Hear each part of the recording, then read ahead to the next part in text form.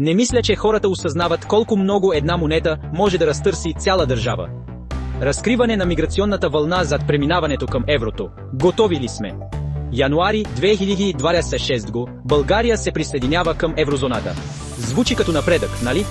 Но какво ще стане, ако същия този ход превърне българските паспорти в еднопосочни билети за най-добрите и най-умните ни? Помислете, когато дойде еврото, младите професионалисти могат да търсят по-високи заплати в Европа.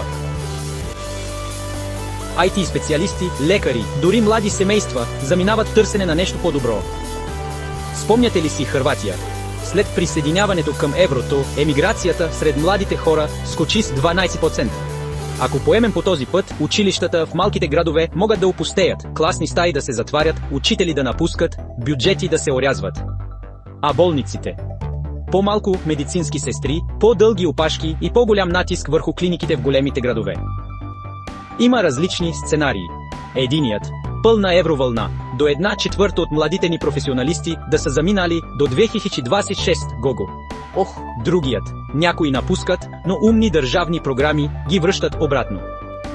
Или България инвестира в дигитални работни места, гъвкава работа и реални причини да останеш. И така, ето истинският въпрос.